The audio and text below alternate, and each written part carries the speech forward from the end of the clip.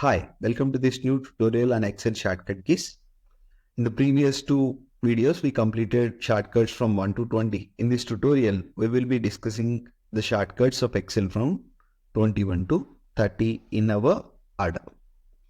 So, Control Home.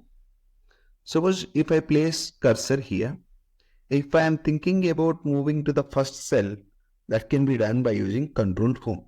Okay. Control Home will take the selection to the first cell in the data set. Control End will take the selection to the last cell in the data set. Okay, last used cell in the Excel worksheet. Okay, Control Home will move the cursor to the first data cell. Control End will move the cursor to the last data cell. Then if I think about moving a particular row, think that I am entering 31 here, removing it. Just select that and click on Control minus. Okay, it asks me to select whether to delete a column, whether to delete a row. I am selecting row. That's it. When we use this shortcut key Control minus, whether to delete row, column, whether to shift cells to the top or left, these are the options that we get by using the shortcut Control minus. Delete dialog box will be displayed. Now I am entering the data. In the middle of entry, I am thinking about cancelling data entry. I have to simply click on escape. Okay, cancel cell entry, that can be done by using escape. Now we have alt combinations here. 4 alt combination, alt paste down. What it will do, moves one screen to the right of the worksheet. Till which point it is visible to us on the screen? Till I column. We have different columns here on the screen. Till I column, we have visibility on the screen. Now what alt paste down will do, moves one screen to the right of the worksheet. What I am doing, I am holding alt and I am clicking on paste down. Now where I am, up to I, it was visible to me on the screen. So after it went beyond the first screen, it went to select J column. Okay. Up to here,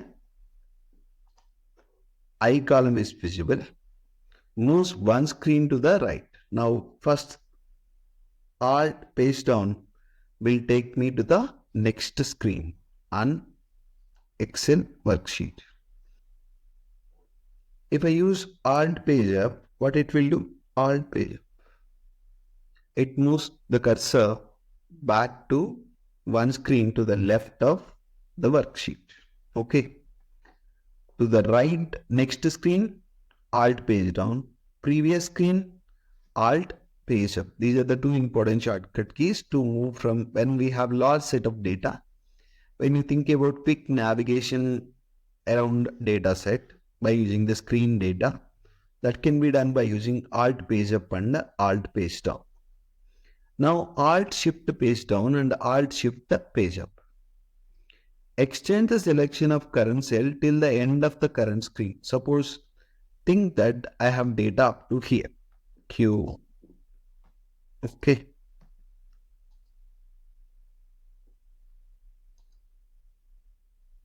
Up to here everything is visible, right?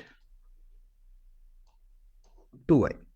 Now if I place cursor here, okay, if I place cursor here, I have selection here. If I select A1 cell and if I click on alt shift paste down, what I have to do? Alt shift paste down will select everything up to current screen. Up to current screen, I is visible to us. Till I, every data will in the particular row will get selected by using alt shift paste down. If I think about selecting everything to the left, I have to use alt shift page up. Okay.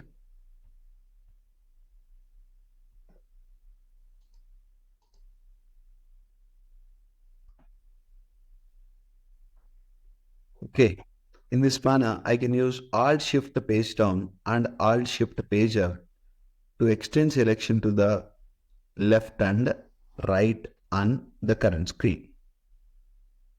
Now moving on to the next shortcut, Ctrl Shift Spacebar.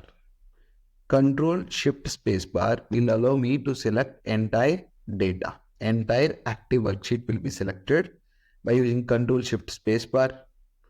And when we think about what will happen with tab, by using tab we can move from one cell at a time.